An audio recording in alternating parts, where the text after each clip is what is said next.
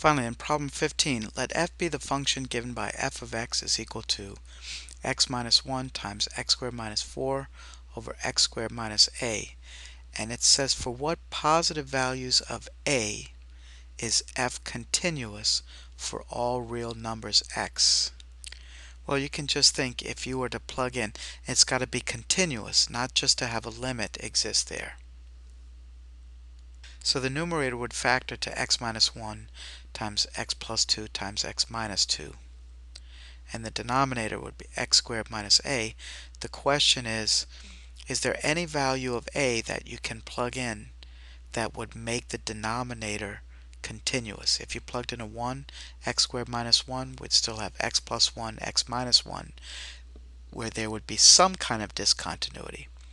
For x equals 4, it would be x plus 2, x minus 2. There would still be some kind of discontinuity.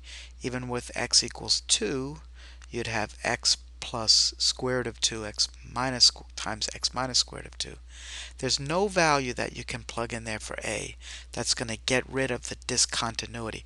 Some of the discontinuities might be removable and some are vertical asymptotes, but there's no way that we can plug in a value for a and get rid of all of the discontinuities and make that expression continuous for all real numbers.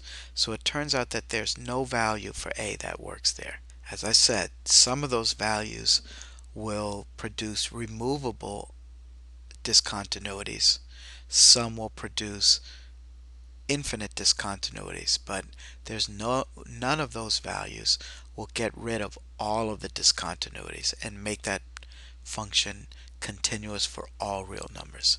So there's nothing else that we can do with that. And that does it for this set of problems.